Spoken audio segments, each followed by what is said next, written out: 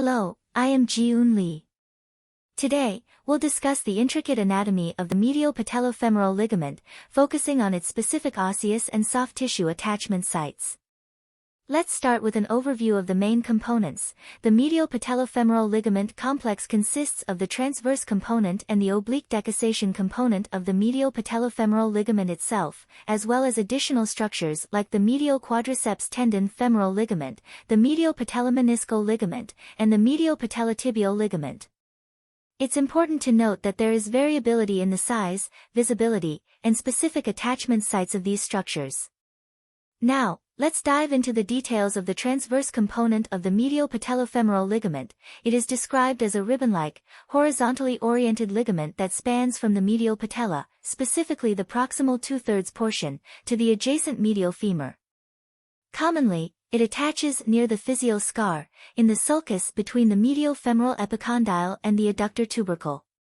The oblique decussation component has a different attachment. This component attaches to the proximal fibers of the superficial medial collateral ligament, as described in recent studies. The medial quadriceps tendon femoral ligament is an extension of the medial patellofemoral ligament that attaches to the quadriceps tendon. Then, we have the medial patellomeniscal ligament and the medial patellotibial ligament. The medial patellomeniscal ligament extends from the inferomedial patella to the medial meniscus, while the medial patellotibial ligament extends from the inferomedial patella to the anteromedial tibia. The medial patellotibial ligament has a distal patellar insertion on the medial side, in close proximity to the patellar tendon and patellar articular cartilage. The meniscal insertion of the medial patellomeniscal ligament is typically found in the anterior horn or the transition from the anterior horn to the body of the meniscus.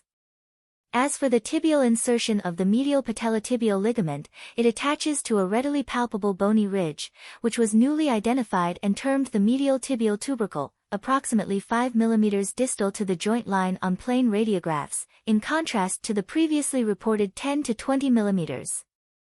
Thank you for watching. If you found my video helpful, please remember to like it.